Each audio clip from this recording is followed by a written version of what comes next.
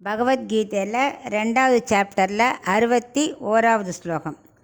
தானி சர்வாணி சம்யம்ய யுக்த ஆசீத மத்பரஹ வசேஹி யஸ்ய இந்திரியாணி தஸ்ய பிரஜா பிரதிஷ்டிதா.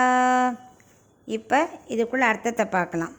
போன ஸ்லோகத்தில் அவர் இந்திரியத்தையும் மனசையும் எப்படி அடக்கணும்னு நான் சொல்கிறேன் அடுத்ததில் சொன்னார் இல்லையா, அதைத்தான் இப்போ ஆரம்பிக்கிறார். இந்த புலன்களையும் மனசையும் இந்த ரஜோ தமோ குணத்துலேருந்து வளர்க்கணும். முதல்ல மனசையும் புலன்களையும் சத்வ குணத்தை நோக்கி வளர்க்கணும். முதல்ல நம்ம சத்வ குணத்தை வளர்த்துக்கணும்.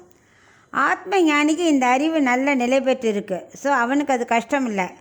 நாம் எதை அடிக்கடி பார்க்குறோமோ, எதை அடிக்கடி கேட்குறோமோ அதுலேயே மனசு செல்லும், அதுலேயே மனசு லயிக்கும்.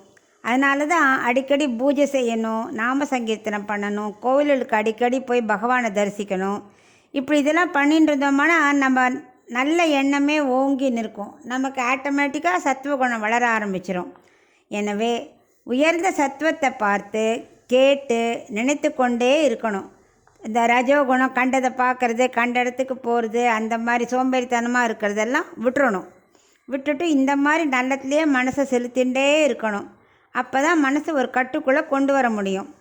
அது மட்டும் முடியாது. அது எப்படி கொண்டு வரணும்? புலன்களை எல்லாத்தையும் என்ன பண்ணணும்? பகவான்கிட்ட திருமணியில் வச்சிடணும். எல்லாமே உனக்கு தான், நான் செய்கிறதெல்லாம் உனக்கு தான் அப்படின்னு எந்த காரியம் பண்ணாலும் பகவான்கிட்ட ஒப்படைக்கணும்.